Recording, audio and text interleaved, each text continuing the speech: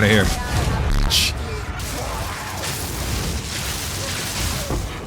Hello everyone, happy holidays. This is gonna be a new build guide video for the Lightning Sorceress endgame video guide, of course. And I'm gonna show you guys how I've been doing the tier 10 maps, a little bit of an update, increased survivability, all those good things. Let's get right into the items, because that's where the biggest changes are actually. We did a wand and a shield instead of a staff. You could still swap to the staff, do some swap tech and that kind of stuff. I'm currently not doing that because I'm lazy, but you could still actually do that, especially with like the Sigil of Power, or if you want Blink. Those are still like very valid things you can do, but I don't really have that right now. But you could set it up, and especially with like the curse stuff as well, with connectivity, that you could increase the curse stuff and your passive tree. Those are all things you can do that with that, which is quite nice where you want to keep both.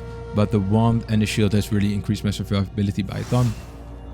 Wand, you really want that plus for the lightning spell skills and intelligence. Spell damage and lightning damage are really good as well. And maybe even cast speed, but then you're getting a very expensive wand. As you can see, mine here was already like 10 exalts for like this. This ain't even that good, to be honest. But it just has that plus for the intelligence, plus for the lightning skills, and also the intelligence. For your shield, you really want that block chance. And for me, for the maximum life and the resistances were also quite important. I am currently res capped with 75 to all of it. I think later on your resistance will lower even more, so I'm already preparing for that a little bit. But I'm already quite happy with like the 75% res cap right now. And just the increased block chance really helps with that survivability. I don't even have that good of a shield, to be honest, with the block chance, but 37% is already doing so much wonders for my survivability. So especially now that I don't have any energy shield anymore, it really helps with survivability. Other than that, I think the biggest changes were just getting more chaos rest to all of my gear. So I really try to get new gear with also chaos rest on there. So we got it on the rings. I think we also got it on the boots. And this is how we're at 75% right now. Of course, the shield also has it, even with one of the gems. Do know that you can put I think it's the soul core you can put in there for the extra chaos res. That's why we're at 77% right now. The upgrade I want to do, something I want to do in the future, and what I'm going for right now is the everlasting gaze on the amulet.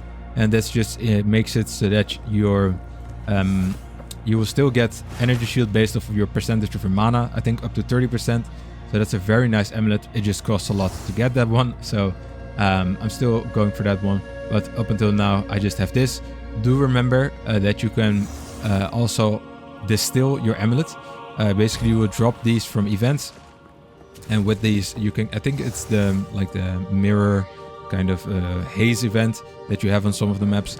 And if you get Ire, Greed, and I think Disgust, which is like 7 exalts, very cheap, you can actually get Mental Perseverance, which is 10% of damage taken for mana before life. This is great until you, of course, have the passive that Mind Over Matter that does all of this. But this is the 50% less mana recovery rate is very heavy.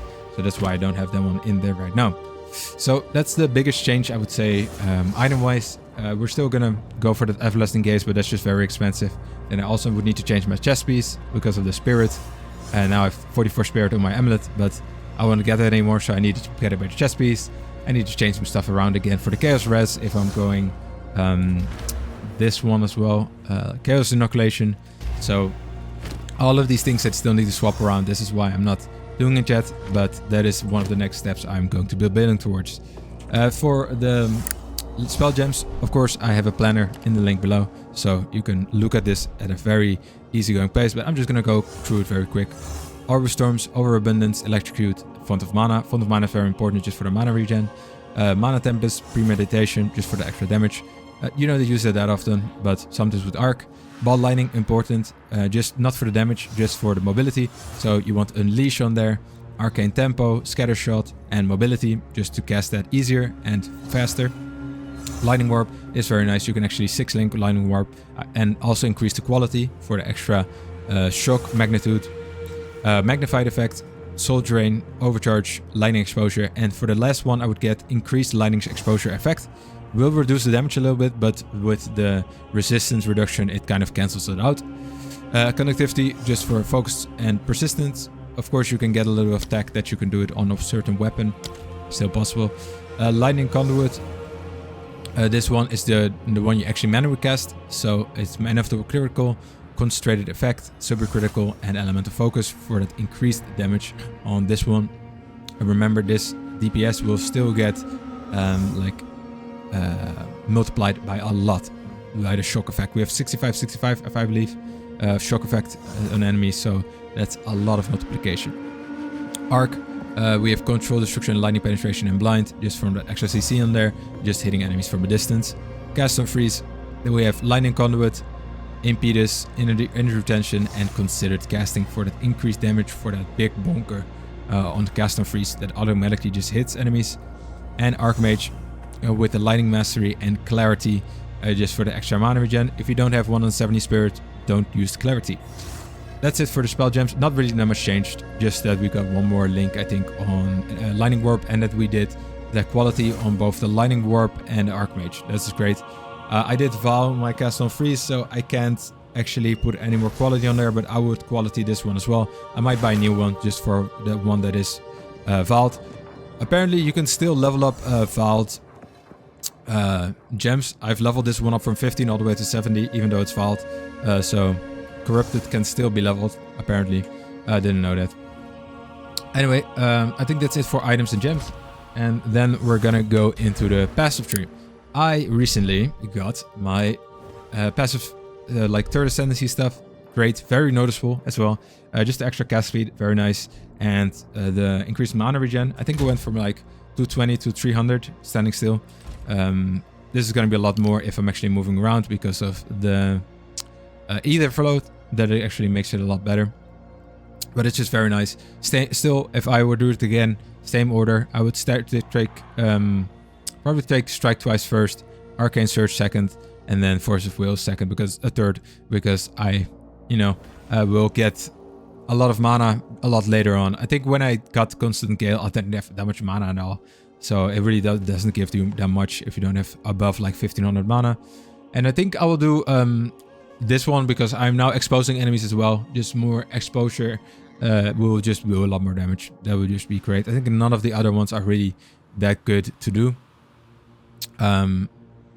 Yeah, more chills, it doesn't really matter that much. Elemental Storm could be cool, but yeah, the damage is really low and I don't really use it that much. So that's it for Ascendancy. As for the passive tree, we did change quite a few things. We swapped some things around and we learned some points, I guess. Mainly the things that gave us energy shield, we just took all of those points out. So the whole right tree here, we had like a lot of points in here, in there. We took all of that stuff out. We just went straight to the middle. Got this one, critical auto overload, just for that extra crit chance and damage, especially with your lightning conduit. That's very nice. We went to the right, got that extra area damage, even though it costs you a little bit of area damage will be lower, your area of effect will be a lot higher. That's quite nice. Then this one's still in there, magnitude of shocks, very important, so we're still taking that one. We went all the way up and to the right, increased lightning damage, great, shock magnitude, also great. We do still get that intelligence, even though it's not really that necessary, we do get that. This is all good. If you're struggling with mana, maybe don't take raw mana, just because it increases the mana cost of your skills by 10%, which is quite noticeable. Especially if you're spam casting your lightning warp. I mean, 309 mana, it's quite a bit of mana that you're adding in there. We did take Eldritch Battery now, and then we went all the way to the right. We still have this freeze buildup and the increased damage and elemental resistance negation, just because it's quite nice. You don't really need these points, but we're freezing a lot of enemies, and this is just happening a lot faster now. So I would say just take these two, just take these points. They're quite free and along the way.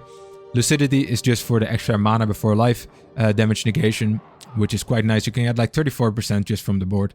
Then we went all the way to the left. We got a little bit Storm Charge, Breaking Point, all natural, extra resistance, extra damage, even an extra cast speed. Quite nice. Even though I said in previous videos, cast speed ain't that good, it is quite noticeable when you do get a lot more cast speed, even though your lightning warp is already at 0.5. If you have 0% cast speed in your build, it is very noticeable. You're just very slow.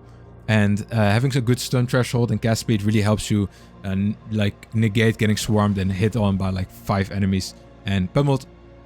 Then we have the adverse growth, which is quite nice just for that extra then mana recoup once you do get hit and your mana goes lower because you have damage taken from mana before life. You do get 20% of that back, which kind of negates 34% of your mana before life. We also went in here for the repulsion with that increased spell area damage and also just increased spell area effect. And I do want to note, you could get Mind Over Matter, but the 50% reduced mana recovery rate is very noticeable. I think with the shield and with the mana before life, I'm still quite solid. But if you are going like full Chaos Inoculation with the Everlasting Glaze, then you could say, okay, maybe Mind Over Matter is good, but I would need to give my whole tree like a whole new like reroll, or like because I will go into Energy Shield a lot more, because then I have Energy Shield again. But for now, I don't have the Everlasting Gaze, so I'm not going to do that. I think that's mainly it for the passive tree. I will be doing a giveaway soon, so you don't have to be subscribed, but if you don't want to miss it, please do subscribe.